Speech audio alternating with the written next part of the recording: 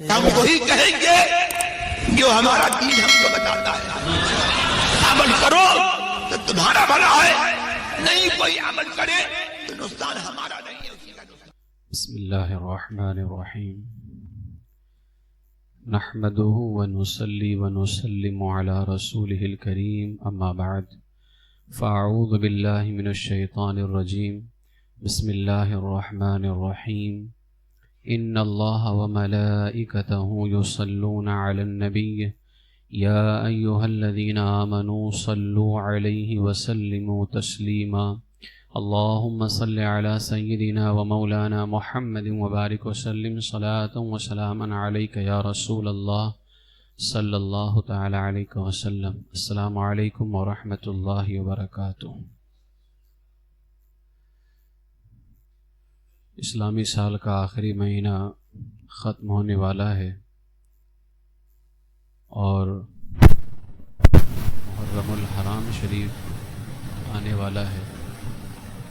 اسلامی سال کا پہلا مہینہ ہے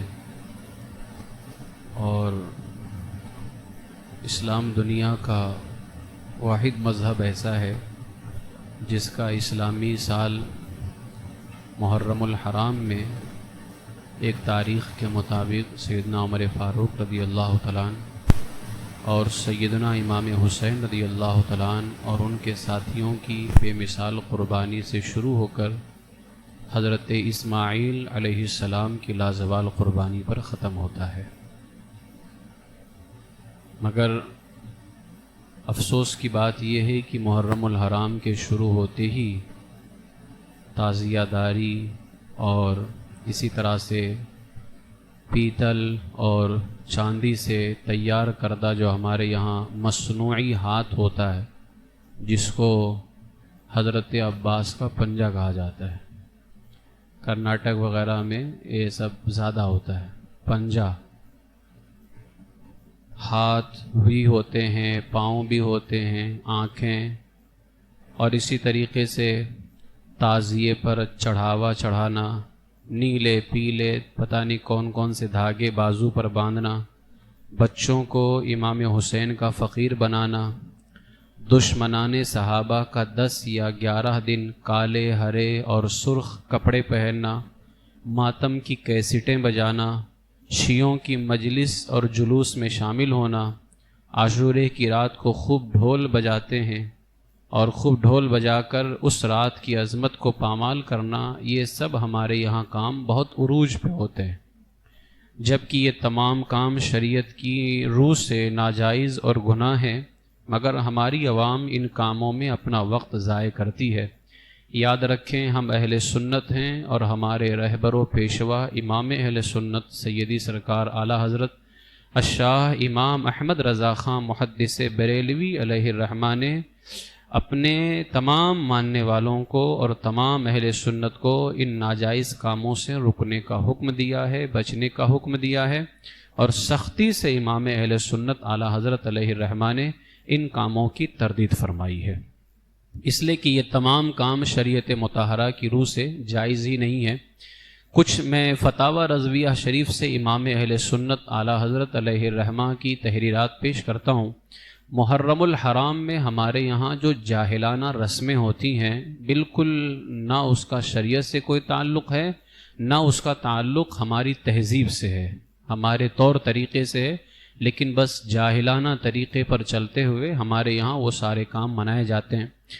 تعزیہ سے متعلق امام اہل سنت اعلیٰ حضرت علیہ الرحمہ فتاوی رضویہ شریف کی جلد 16 صفحہ 155 اور جلد 24 صفحہ 489 پر فرماتے ہیں کہ یہ سب جو مروجہ تعزیہ داری ہے آج پتہ نہیں کتنے محلے کی ہوتی ہے اور عجیب عجیب طرح سے بناتے ہیں، یہ سب فرماتے ہیں کہ معصیت ہے، گناہ ہے، تعزیہ بنانا اور دیکھنا جائز نہیں ہے. اسی طریقے سے فتاوی رضویہ شریف کی جلد 24 صفحہ 490 پر فرماتے ہیں تعزیہ ممنوع ہے، شرع میں کچھ اس کی اصل نہیں، اور جو کچھ بدعات ان کے ساتھ کی جاتی ہیں سخت ناجائز ہے. لہٰذا تعزیہ جو آج رائج ہے ہمارے یہاں اس کو گھمانا، وہاں پر چڑھاوے چڑھانا، تبرک رکھنا، یہ ساری چیزوں کا تعلق شریعت مطہرہ سے بالکل نہیں ہے۔ اسی طرح ایک سوال ہوا تعزیہ بنانا کیا کفر و شرک ہے؟ تو فتاوی رضویہ شریف کی جلد 21 صفحہ 221 پر اور جلد 24 صفحہ 503 پر فرماتے ہیں تعزیہ ضرور ناجائز و بدعت ہے مگر حاشا کفر نہیں۔ اور ایک مقام پر فرمایا تعزیہ بنانا شرک نہیں، یہ وہابیہ کا خیال ہے، ہاں تعزیہ بنانا بدعت و گناہ ضرور ہے۔ یعنی کوئی تعزیہ بنائے تو وہ کافر نہیں ہوگا، مشرک نہیں ہوگا، کیونکہ کسی کو کافر کہنا، مشرک کہنا ایک الگ چیز ہے، ایک بڑا مسئلہ ہے۔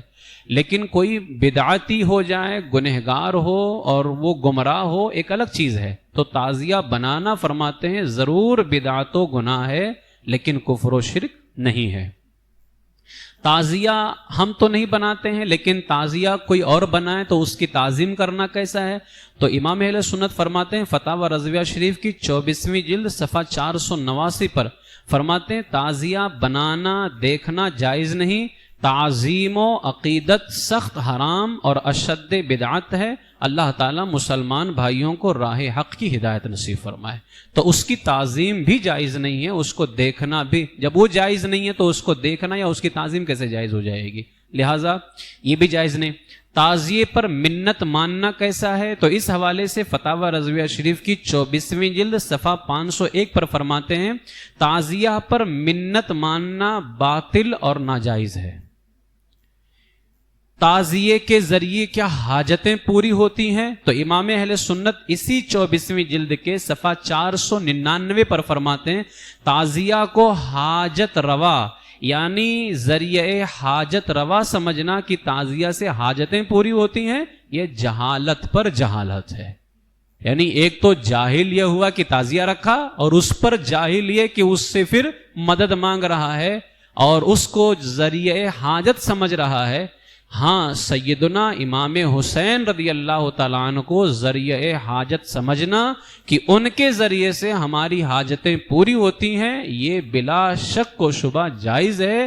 اور الحمدللہ ہم سنی امام حسین رضی اللہ تعالیٰ عنہ کو ذریعہ حاجت سمجھتے ہیں، اور ہمارا یہ عقیدہ ہے کہ اللہ تعالیٰ ان کے توسل سے، ان کے طفیل ہماری ضرورتیں پوری فرماتا ہے۔ لیکن یہ تعزیہ کیا ہے؟ لکڑیوں کا تم نے ڈھانچہ بنا لیا، اگل بغل سے اس پہ چمکیلے لگا دیے، وہ ذریعہ حاجت بن گیا؟ کیا اہل سنت و جماعت اسی مذاق کا نام ہے؟ تمہارے انہی جاہلانہ کاموں کا نام کیا اہل سنت و جماعت ہے؟ ہرگز اس کا نام نہ اہل سنت و جماعت ہے، نہ اس کا نام دین اسلام ہے۔ پھر امام اہل سنت اعلیٰ حضرت علیہ رحمت و رضوان سے ایک سوال یہ بھی ہوا کہ کسی نے تعزیہ بنانے کی منت مان لی، تو چلو ٹھیک ہے مانتے ہیں کہ تعزیہ بنانا صحیح نہیں تھا، لیکن اس نے منت مان لی کہ میرا یہ کام ہو جائے تو میں تعزیہ بناؤں گا، تو اب کیا وہ تعزیہ بنائے؟ جائز نہیں ہے، بنا نہیں سکتا ہے۔ اب اگر نہیں بنائے گا تو کیا اس کا نقصان ہو جائے گا؟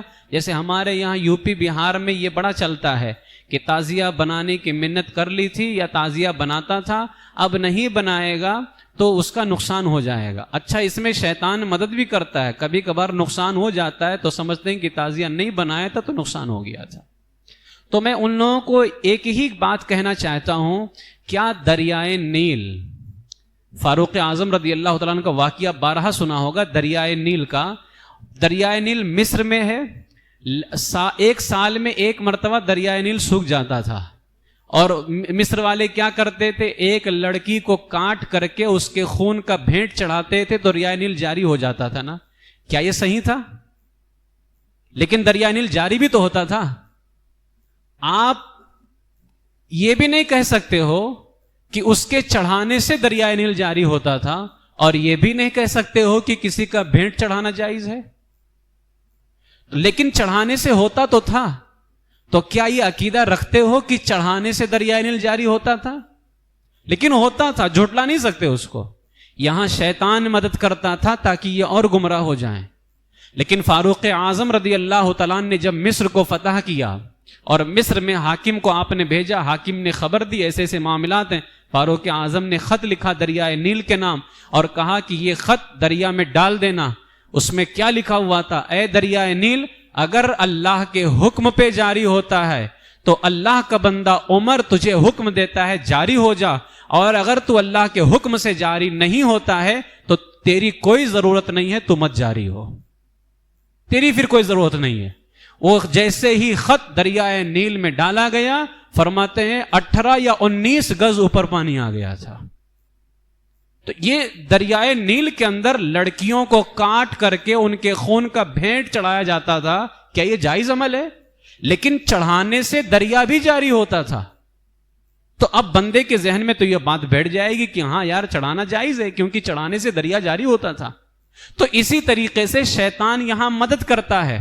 امام اہل سنت اعلیٰ حضرت الرحمہ سے یہی سوال کیا گیا تو اعلیٰ فرماتے ہیں تعزیہ بنانا بدعت و گناہ ہے، لہذا نہ کرنے کو نقصان کا باعث خیال کرنا زنانہ وہم ہے، عورتوں کا خیال ہے۔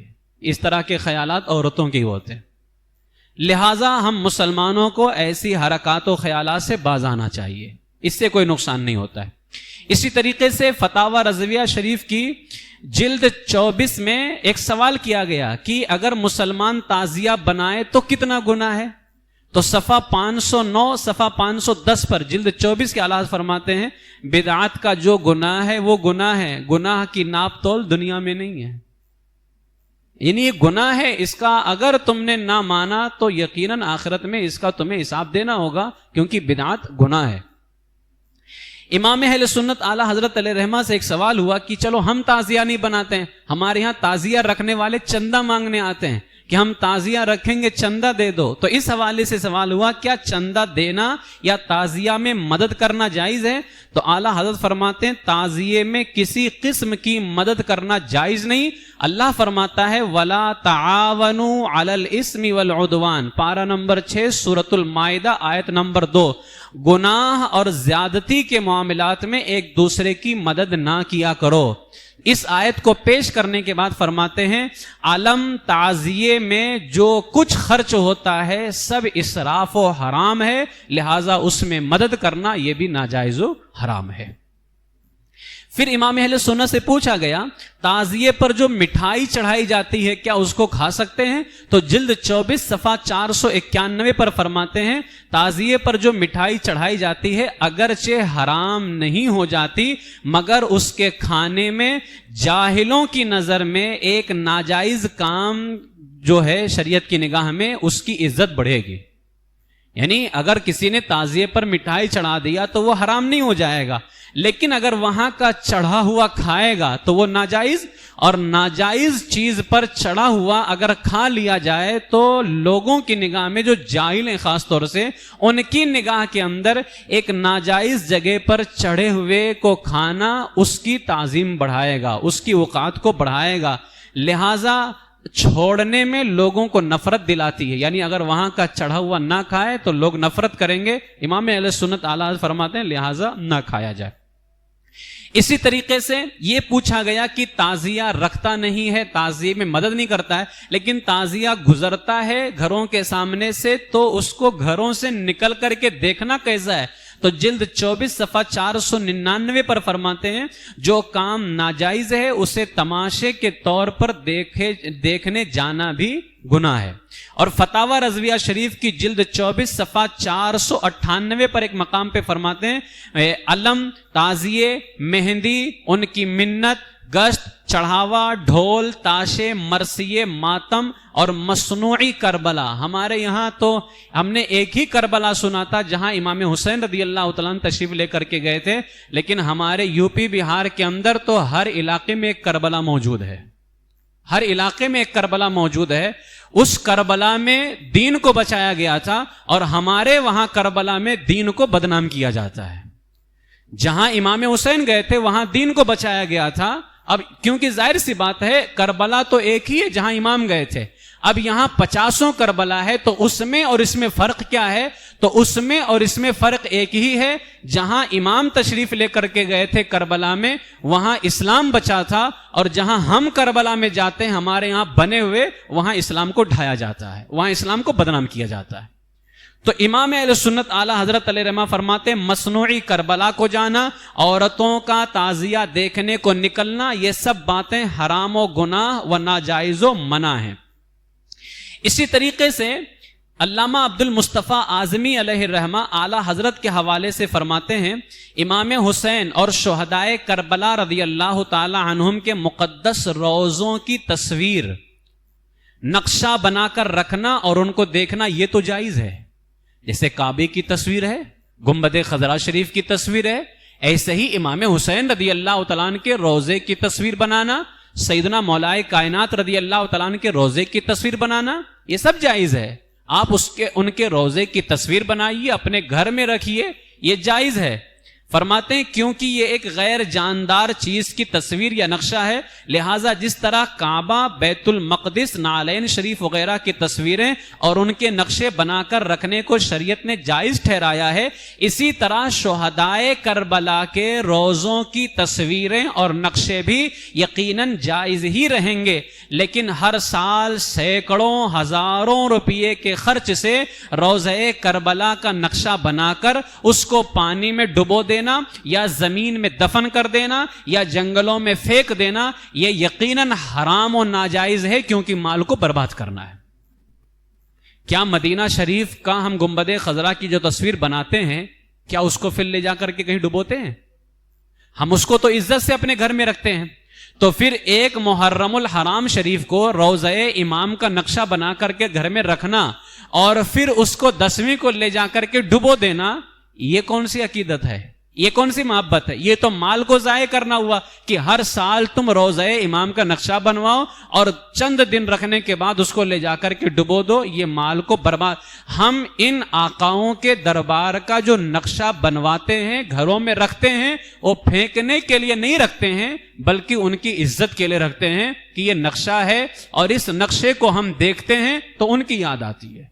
جیسے گنبد خضرا شریف کو دیکھتے ہیں تو رسول پاک صلی اللہ علیہ وسلم کی یاد آتی ہے, کعبہ شریف کو دیکھتے ہیں تو خدا کی یاد آتی ہے. ہم ان اپنے آقاؤں کے روضوں کی تصویر بنا کر کے گھر میں اسی لیے رکھتے ہیں تاکہ ہمیں ان کی یاد آئے. لیکن جس چیز کو امام اہل سنت نے جائز کہا, آج کے دور میں بدماش حشمتیوں نے اسی کو جو ہے تعزیہ کہہ کر کے کہا کہ تعزیہ دیکھو امام اہل سنت نے جائز کہا, امام اہل سنت نے جائز کہا ہے, جبکہ اعلیٰ حضرت علیہ الرحمہ جس چیز کو جائز کہہ رہے ہیں ساتھ مثال بھی دے رہے ہیں کہ جس طرح کعبہ شریف ہے اور نعلین شریف ہے ان کی تصویریں جائز ہیں, اسی طرح سے روضہ امام کی تصویر جائز ہے. یہ امام اہل سنت اعلیٰ حضرت علیہ کی پوری وضاحت ہے. لیکن ان بدماش حشمتیوں نے, کیونکہ میں میلائی اور رافضیوں کی تو بات ہی نہیں کرتا, ہمارے درمیان سے اعلیٰ حضرت کے نام کا ڈھنڈورا پیٹنے والے یہ بدماش حشمتی جن کا تعلق شیر بیش اہل سنت علامہ حشمت الرضا سے ذرہ برابر بھی نہیں ہے, ان کی تعلیمات اور ان کے نظریات, ان کے خیالات علامہ حشمت الرضا صاحب قبلہ سے بالکل الگ ہیں. اعلیٰ حضرت, اب بتائیے, کہتے اعلیٰ حضرت کی فتاوی میں ہے ڈھول بجانا جائز ہے. اب کوئی بھی بندہ جاہل سے جاہل بندہ سنے گا تو کہ اعلیٰ حضرت نے ڈھول بجانا کب سے جائز کر دیا ہے. یہ ان کی آج ہم اہل سنت و جماعت کو جتنا نقصان باہر والوں سے نہیں ہے, اس سے کہیں زیادہ نقصان ہمارے اندر والوں سے, کم پڑھے لکھے لوگوں سے. تو یہ امام اہل سنت اعلیٰ حضرت علیہ رحمہ کی تعلیمات ہیں. محرم الحرام شریف کے اندر کیے جانے والے خلاف شرع کاموں کی نشاندہی فرماتے ہوئے علامہ عبد المصطفیٰ اعظمی فرماتے ہیں ڈھول تاشا بجانا, تازیوں کو ماتم کرتے ہوئے گلی گلی پھرانا, سینے کو ہاتھوں یا زنجیروں یا چھریوں سے پیٹ پیٹ کر مار مار کر اچھلتے کودتے ہوئے ماتم کرنا, تازیوں کی تعظیم کے لیے تازیوں کے سامنے سجدہ کرنا, یہ بھی ہوتا ہے. تازیوں کے نیچے کی دھول اٹھا اٹھا کر بطور تبرک چہروں پر, سروں پر, سینوں پر ملنا, اپنے بچوں کو محرم کا فقیر بنا کر محرم کی نیاز کے لیے بھیک منگوانا, سوگ منانے کے لیے خاص قسم کے کالے کپڑے پہن کر ننگے سر ننگے پاؤں گریبان کھولے ہوئے یا گریبان پھاڑ کر گلی گلی بھاگے پھرنا وغیرہ وغیرہ قسم کی لغویات اور خرافات کی رسمیں جو مسلمانوں میں پھیلی ہوئی ہیں, یہ سب ممنوع ناجائز ہیں اور یہ سب زمانہ جاہلیت اور شیعوں کی نکالی ہوئی رسمیں ہیں جن سے توبہ کر کے خود بھی ان حرام رسموں سے بچنا اور دوسروں کو بچانا ہر مسلمان پر لازم ہے. اسی طرح تعزیوں کا جلوس دیکھنے کے لیے عورتوں کو بے پردہ گھروں سے نکلنا اور مردوں کے مجمعوں میں جانا اور تعزیوں کو جھک جھک کر سلام کرنا، یہ سب کام بھی شریعت میں منع اور گناہ ہے. یہ علماء اہل سنت کے فتاوے ہیں. اعلیٰ حضرت سے پوچھا گیا، فتاوی رضویہ شریف کی جلد 24 میں ہی ہے، کہ محرم شریف میں 10 روز تک کربلا والوں کی یاد میں سوگ منانا کیسا ہے؟ یہ 10 دن تک میلائی اور رافضی خوب سوگ منائیں گے، بلکہ اب یہ 10 دن تک نہیں رہتا ہے، یہ رہتا ہے 10 سفر تک کے، 10 سفر تک رہتا ہے. کیوں؟ 10 محرم کو سیدنا امام حسین رضی اللہ تعالیٰ عنہ کی شہادت ہوئی، بلکہ 10 سفر تک نہیں رہتا، 10 محرم کو تو شہادت ہوئی ہے، 20 سفر تک رہتا ہے. 10 ادھر نکل گئے محرم کے، بچے کتنے؟ 20 دن بچے. محرم کے بعد دوسرا مہینہ کون سا ہے؟ سفر کا، اس کے 20 دن. اتنے بدماش قسم کے ہوتے ہیں یہ لوگ. یہ ہمارے یہاں جو میلائی ہیں، جن کو مولائی کہا جاتا ہے، ان رافضیوں کو، یہ کہتے ہیں کہ امام حسین کی شہادت 10 تاریخ کو ہوئی ہے، تو جس طرح ہمارے ہاں کوئی انتقال کرتا ہے اس کا ہم 40واں مناتے ہیں. یہ بدماش 20 سفر تک کے یعنی 40 دن تک کے یہ رکتے ہیں اور کہتے ہیں اب ہمارے لیے سب سے بہتر 40ویں کے بعد میں ہوگا. یعنی معاذ اللہ باقاعدہ 40ویں کی رسم کی جاتی ہے ہمارے معاشرے کے اندر، 40ویں کی رسم ہوتی ہے. امام اہل سنت اعلیٰ حضرت سے پوچھا گیا محرم شریف میں 10 روز تک کربلا والوں کی یاد میں سوگوار رہنا، سوگ منانا کیسا ہے؟ فرماتے ہیں محرم شریف میں 10 روز تک سوگ منانا ممنوع، ناجائز ہے. اور فتاوی رضویہ شریف کی جلد 24 صفحہ 495 پر اعلیٰ حضرت فرماتے ہیں شریعت نے صرف عورت کو، اب یہ مسئلہ دھیان سے ہر کوئی اپنے اپنے ذہنوں میں بٹھا لے، فرماتے ہیں عورت کو شریعت نے شوہر کی موت پر 4 مہینے 10 دن تک سوگ کا حکم دیا ہے. عورت کے شوہر کا انتقال ہو، جس کے شوہر کا انتقال ہو، صرف اس عورت کو، صرف اس کو، پورے گھر والوں کو بھی نہیں. ہمارے یہاں تو حال یہ ہے کہ جس کے گھر میں کوئی مر گیا یا انتقال کر گیا تو کہتے ہیں آج کھانا نہیں بنے گا، 3 دن تک کھانا نہیں بنتا ہے. کون کھلاتا ہے؟ بغل والا کھلاتا ہے، اوپر والا کھلاتا ہے، نیچے والا کھلاتا ہے، پڑوسی کھلاتا ہے. یہ حالات ہمارے یہاں ہے. بلکہ جس دن انتقال ہو اس دن بھی بنانا جائز ہے. اور اگر بچے بھوکے ہوں گے تو کیا بھیک مانگ کر کے کھلاؤ گے؟ بھیک مانگنا جبکہ حرام ہے. اور فرمایا گیا اگر کوئی طاقت رکھتے ہوئے بھیک مانگے وہ اپنے اوپر جہنم کی آگ کو بڑھاتا ہے. وہ اگر تمہارے گھر میں بچے بھوکے ہوں گے تو کیا تم بھیک مانگ کر کے بچوں کو کھلاؤ گے؟ اگر اس دن انتقال کر جائے تو کیا نہیں بناؤ گے؟ یہ سب صرف جیسے مثال کے طور پر گھر میں بھائی بھی ہے، باپ بھی ہے، ماں بھی ہے، اور کسی عورت کے شوہر کا انتقال ہو گیا تو اس پورے گھر والوں کو 4 مہینہ 10 دن سوگ نہیں منانا ہے. صرف عورت کو 4 مہینے 10 دن سوگ کا حکم ہے. اوروں کی موت کے تیسرے دن تک اجازت ہے کہ ان کے غم کے اندر اگر بندہ جیسے ان کا غم جو ہے ہو رہا ہے تو یہ 3 دن تک، لیکن اس غم کے اندر وہ کھانا نہ بنائے. گھر میں کچھ لوگ گھر میں جھاڑو بھی نہیں دیتے ہیں کہ تیجے کے بعد جھاڑو دیں گے. کھانا نہ بنانا، جھاڑو نہ دینا، ان سب چیزوں کا شریعت مطہرہ سے کوئی تعلق نہیں. فرماتے ہیں باقی حرام ہے. اور ہر سال سوگ کی تجدید، سوگ کو نیا کرنا تو کسی کے لیے اصلاً حلال نہیں ہے. عورت کے شوہر کا جو 4 مہینہ 10 دن تک عورت کو شریعت نے اجازت دی ہے، اب ظاہر سی بات ہے جب 1 سال ہو جائیں گے تو 4 مہینہ 10 دن تو گزر کے پتہ نہیں کتنے مہینے ہو گئے. اب اگر پچھلے سال عورت کے شوہر کا 1 محرم کو انتقال ہوا تھا تو محرم، صفر، ربیع الاول، ربیع الاخر، جمادی الاولیٰ میں تو اس کا 4 مہینہ 10 دن ہو جائے گا. اب آنے والے سال محرم کی 1 تاریخ کو وہی عورت چاہے کہ میرے شوہر کا پچھلے سال 1 محرم کو انتقال ہوا تھا، میں سوگ منا لوں، تو اب عورت کے لیے بھی جائز نہیں ہے. جس کو شریعت نے سب سے زیادہ سوگ منانے کا حکم دیا ہے ہر سال، تو اسے سوگ منانا بھی جائز نہیں ہے. تو یہاں جب ہمیں جائز نہیں اوروں کی موت پر، تو پھر معاذ اللہ امام حسین رضی اللہ تعالیٰ عنہ کی شہادت پر محرم الحرام شریف کے اندر ہر سال سوگ منانا یہ کہاں سے جائز ہو جائے گا؟ امام اہل سنت اعلیٰ حضرت علیہ رحمت و رضوان نے اس کا سختی سے رد فرمایا ہے.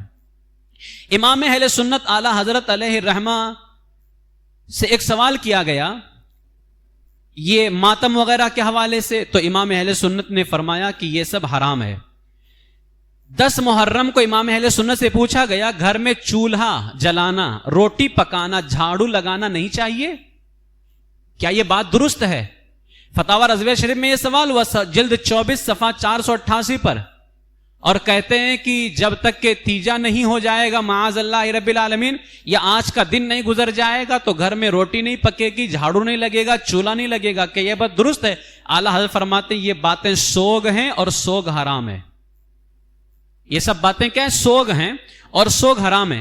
اسی طریقے سے اسی صفحہ پر جلد نمبر 24 صفحہ 488 پر، اور ایک دوسرے مقام پر بھی جلد 11 صفحہ 265 پر بھی، اور جلد 23 صفحہ 193 پر بھی پوچھا گیا محرم کے مہینے میں شادی بیاہ کر سکتے ہیں یا نہیں کر سکتے ہیں؟ اب شادی بیاہ کیا ہے؟ نکاح کیا ہے؟ نکاح یہ سنت رسول صلی اللہ علیہ وسلم ہے نا. حضور کی سنت کبھی منع ہے؟ کسی وقت منع ہے؟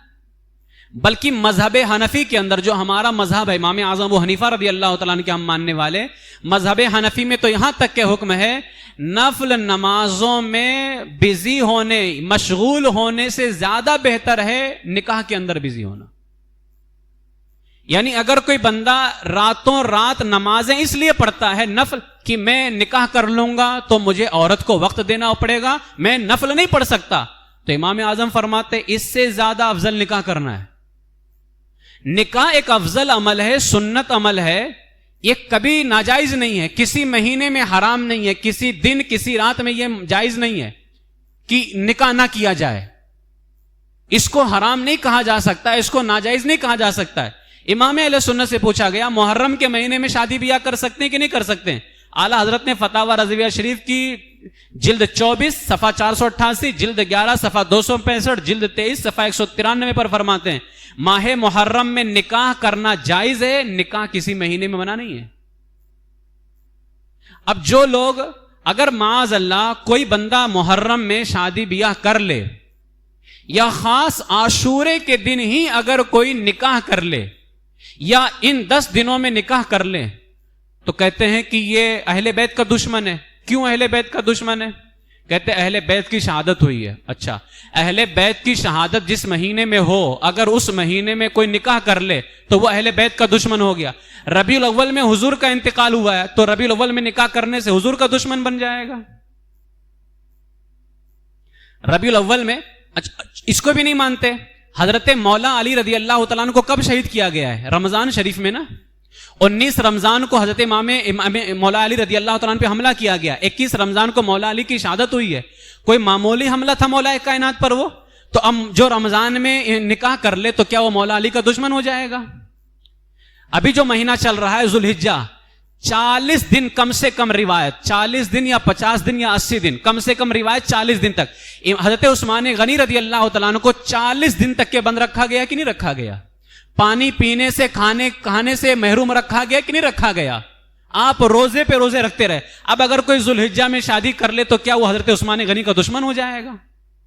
تو یہ تو بات دلیل نہیں ہوئی نا. اگر تم اس کو ناجائز کہتے ہو تو تم پر لازم ہے کہ قرآن و سنت کی روشنی میں ناجائز ہونے کی کوئی دلیل دو.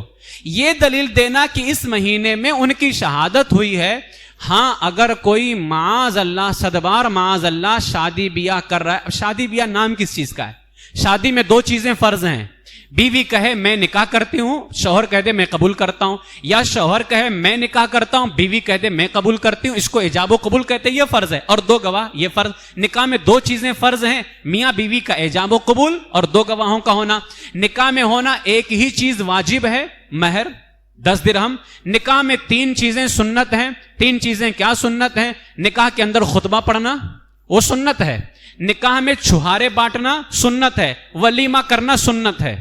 یہ 6 چیزیں ہیں. 2 چیزیں نکاح میں فرض ہیں، ایجاب و قبول اور 2 گواہ.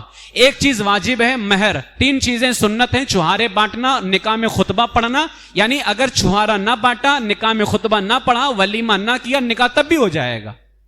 یہ نکاح کے اندر یہ 6 چیزیں ہیں، 2 فرض، 1 واجب اور 3 سنتیں ہیں. مجھے بتائیے اگر کوئی محرم الحرام کے اندر صرف اتنا کر لے، 10 درہم بندر رکھ لے اور کوئی اپنا نکاح پڑھوا لے، نہ ڈھول نہ تاشا نہ گانا نہ بجانا کچھ نہیں، تو تو کیا معاذ اللہ یہ شریعت کا عمل ناجائز ہو جائے گا؟ اس نے کون سا ایسا ناجائز کام کیا ہے؟ ہاں اگر معاذ اللہ خوشی مناتے ہوئے کہ اس مہینے میں آج کے دن میں اہل بیت اطہار کو بے دردی کے ساتھ شہید کر دیا گیا ہے، میں خوشی منا رہا ہوں، اور معاذ اللہ خوشی کے چکر میں ناجائز کام کریں، تو ناجائز کام کرنا نکاح میں صرف محرم میں ہی حرام نہیں ہے، محرم کے علاوہ بھی حرام ہے۔ ہاں اس مہینے کے اندر اگر یہ ناجائز کام معاذ اللہ ان پاک ہستیوں کی شہادت کی خوشی میں کر رہا ہے کہ اچھا ہوا معاذ اللہ صدبار معاذ اللہ ان کو بے دردی کے ساتھ شہید کر دیا گیا، تو ایسا شخص ناصبی ہے اور اہل بیت اطہار کا دشمن ہے وہ۔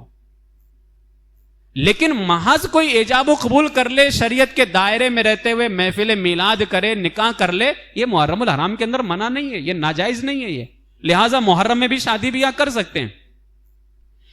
امام سیدی اعلیٰ حضرت سے پوچھا گیا، اچھا یہ بھی ہمارے یہاں ہے، محرم میں صرف فاتحہ امام حسین کی ہوگی،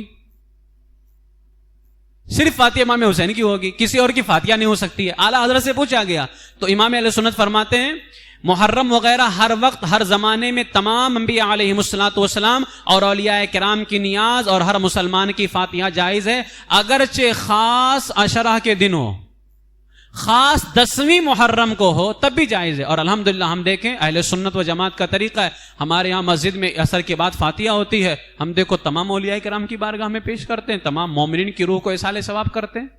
لیکن ہمارے یہاں ایک معمول بنا ہوا ہے کہ اس مہینے میں کسی اور کو فاتحہ نہیں کر سکتے، صدبار معاذ اللہ، یعنی جو شریعت مطہرہ جائز کہے اس کو ناجائز بنا کر کے پیش کرنا ان کا کام ہو چکا ہے۔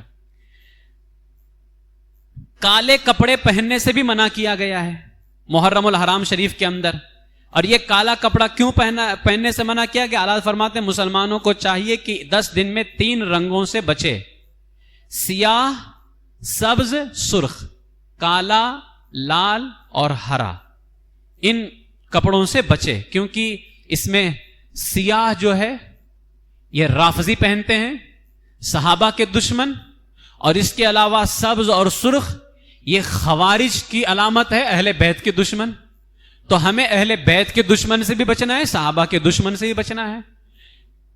کالے کپڑے پہننا محرم میں ظاہر کرنے کے لیے، باہر اگر کوئی گھوم رہا ہے کالے کپڑے پہن کر کے تو بہتر ہے کہ نہ پہنے، کیونکہ شیعہ پہن رہے ہیں، لیکن اگر کوئی گھر میں پہن کر کے رکھا ہے تو ناجائز نہیں ہے، جائز ہے۔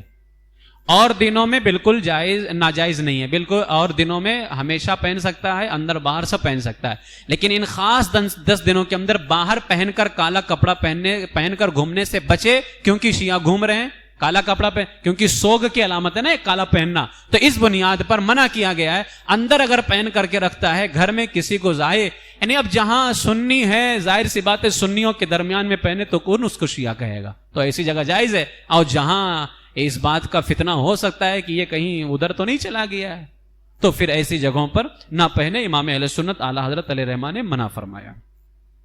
اسی طرح فقیر امام حسین کا فقیر بچوں کو بناتے ہیں، تو اعلیٰ حضرت نے فرمایا جلد 24 صفحہ 508 پر کہ بچوں کو سبز کپڑے پہنانا، ان کے گلوں میں ڈوریاں باندھ کر ان کو امام حسین کا فقیر بنانا یہ ممنوع ناجائز ہے۔ اور صفحہ 494 پر فرماتے ہیں فقیر بن کر بلا ضرورت مجبوری بھیک مانگنا حرام ہے اور ایسوں کو دینا بھی حرام ہے، لہٰذا ایسوں کو نہ دیا جائے۔ محرم شریف میں آپ تمامی حضرات زیادہ سے زیادہ سبیلیں لگائیں، جو شیعہ سبیلیں لگاتے ہیں ان کی سبیلوں سے اعلیٰ فرماتے ہیں مسلمانوں کو پانی نہیں پینا چاہیے، کیونکہ اعلیٰ فرماتے ہیں متواتر سنا گیا ہے کہ سنیوں کو جو شربت دیتے ہیں شیعہ اس میں نجاست ملاتے ہیں، نجاست ملاتے ہیں، اور فرماتے کچھ نہ بھی ملائے تو وہ لوگ اپنے یہاں کا ناپاک قلتین کا پانی ملاتے ہیں۔ ناپاک قلتین کس کو کہتے ہیں؟ ناپاک قلتین اس پانی کو کہتے ہیں جس کو استعمال کیا گیا ہے، وہ پاک تو نہیں کر سکتا ہے لیکن اس کو دوسری چیزوں میں پوچھا لگانے میں دوسری چیزوں میں استعمال کیا جا سکتا ہے، لیکن اس سے آپ وضو نہیں بنا سکتے، اس سے غسل نہیں کر سکتے۔ ایسا پانی شیعہ ان شربتوں میں ضرور ملاتے ہیں، اعلیٰ نے فرمایا جو وہ سنیوں کو شربت دیتے ہیں، اور ہمارے سنی بڑے مزے لے کر کے پیتے ہیں کہ علی کے نام پہ مل رہا ہے، تو علی کے نام پہ تم نجاست بھی ملے تو تم کو رکھ لو گے؟ ہم اہل سنت و جماعت ہیں، ہم مولا کائنات رضی اللہ تعالیٰ عنہ کے نام پر الحمدللہ پاک کھاتے بھی ہیں اور پاک کھلاتے بھی ہیں، ہم ناپاک لوگ نہیں ہیں۔ وہ پاک لوگ ہیں، ان کے نام پہ ہم پاک کھاتے بھی ہیں اور پاک کھلاتے بھی ہیں. یہ امام اہل سنت اعلی حضرت علیہ رحمت و رضوان کے چند فتاوے تھے. لہذا ان تمام کاموں سے بچا جائے، اور جو محرم کے اندر 40واں اور امام قاسم رضی اللہ تعالیٰ عنہ کی مہندی، اس کے علاوہ معاذ اللہ رب العالمین جو شہدائے کربلا کے سوم اور چہلم کا انعقاد کرتے ہیں، اعلیٰ حضرت علیہ رحمہ نے فرمایا کہ یہ سب ناجائز ہے، ممنوع ہے.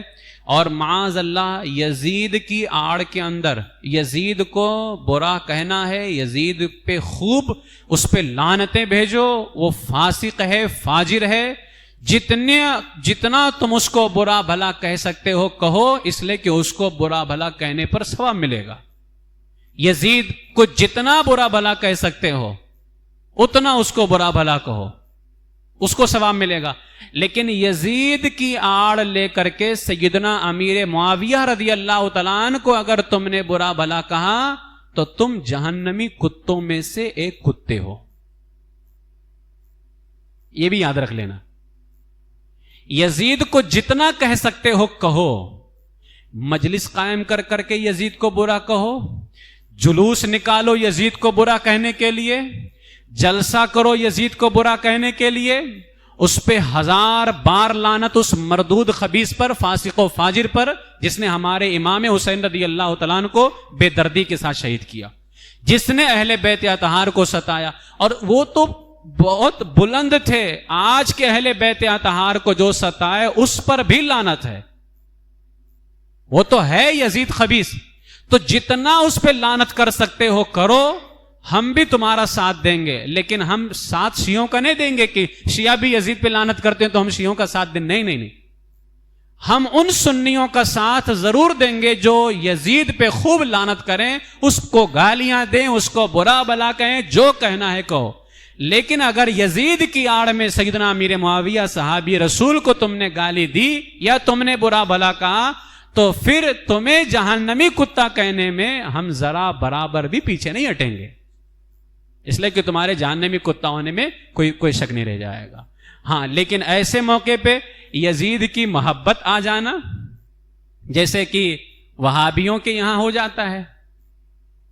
وہابیوں کے ہاں ابھی کل ہی میں ایک جو ہے یوٹیوب پہ ایک غیر مقلد اہل حدیث کے بارے میں سن رہا تھا. اس سے پوچھا گیا یزید کے بارے میں، تو وہ کہہ رہا ہے کچھ ثابت نہیں ہے کہ یزید نے امام حسین پہ ظلم کیا ہے، کچھ ثابت نہیں ہے کہ اچھا وہ جو پوڈ کاسٹ کرنے والا تھا تو وہ بھی کہتا ہے کہ اگر آپ کے ہاں ثابت نہیں ہے تو چلو ٹھیک ہے، میں ایک دعا کرتا ہوں کہ کربلا میں میدان قیامت میں جب کیونکہ اس دن تو امام حسین بھی اللہ کی بارگاہ میں حاضر ہوں گے، یزید بھی آئے گا. تو پوڈ کاسٹ کرنے والے نے کہا کہ چلو ٹھیک ہے، آپ کہتے ہو ثابت نہیں ہے تو میں کچھ نہیں کہتا آپ کو، میں اتنی دعا کرتا ہوں آپ نے صرف آمین کہنا ہے. میں دعا کرتا ہوں قیامت میں امام حسین رضی اللہ تعالیٰ عنہ اٹھیں تو ان کے ساتھ میں اٹھوں، اور یزید بھی آئے گا تو اس کے ساتھ آپ آئیے. اب خاموش ہے، اب خاموش ہے. لہذا یزید کو محرم کے اندر ہم یہ جو، کیونکہ ہم رافضیوں کو بھی اپنا دشمن جانتے ہیں اور ان وہابیوں کو بھی اپنا دشمن جانتے ہیں. یہ وہابی اس کو رحمت اللہ علیہ، اور وہ جو جوکر نائک تھا وہ تو رضی اللہ عنہ کہتا تھا. اللہ ان سے راضی ہوا، معاذ اللہ، صدبار معاذ اللہ. اللہ اگر یزید سے راضی ہے اہل بیت اطہار کی گستاخی کرنے والے کے ساتھ، تو پھر اہل بیت اطہار سے محبت کرنے والے کے بارے میں کیا کہو گے؟ تو اعلی حضرت علیہ رحمہ نے فرمایا فتاوی رضویہ کی 14ویں جلد صفحہ 603 پر اعلی حضرت فرماتے ہیں یزید بے شک پلید تھا، اسے پلید کہنا اور لکھنا جائز ہے، اور اسے رحمت اللہ علیہ نہیں کہے گا مگر ناصبی، یعنی ناصبی ہی یزید کو رحمت اللہ علیہ کہے گا، کیونکہ ناصبی اہل بیت رسالت کا دشمن ہے. اس لیے جو ہے ہمیں یزید کو رحمت اللہ تعالی علیہ نہیں کہنا ہے، بلکہ یزید کو لعنت اللہ علیہ کہنا ہے، اس پر اللہ کی لعنت ہو. رحمت اللہ علیہ نے لعنت اللہ علیہ. سیدنا امیر معاویہ رضی اللہ تعالیٰ عنہ، بدبخت یزید لعنت اللہ علیہ. اس پر اللہ کی لعنت ہو، پھٹکار ہو. اللہ تعالیٰ اس کے شر سے بھی ہماری حفاظت فرمائے، اور اس کی طرفداری کرنے والے آج کے یزیدوں سے بھی اللہ تعالیٰ ہماری حفاظت فرمائے. امام حسین رضی اللہ عنہ کا سوگ منانے والے، نوحہ کرنے والے، ماتم کرنے والے، پیٹنے پاٹنے اور جو ہے اچھل کود کرنے والے، اور تمام تر ان رافضی کالوں سے، کھٹملوں سے جو صحابہ کو گالیاں دیتے ہیں، اللہ تعالیٰ ایسے تمام دشمنوں سے ہماری حفاظت فرمائے. اہل سنت پر اللہ تعالیٰ ہمیں اور آپ سب کو استقامت نصیب فرمائے، اور اسی پر اللہ تعالیٰ ہمارا خاتمہ فرمائے. وآخر دعوایا ان الحمد للہ رب العالمین.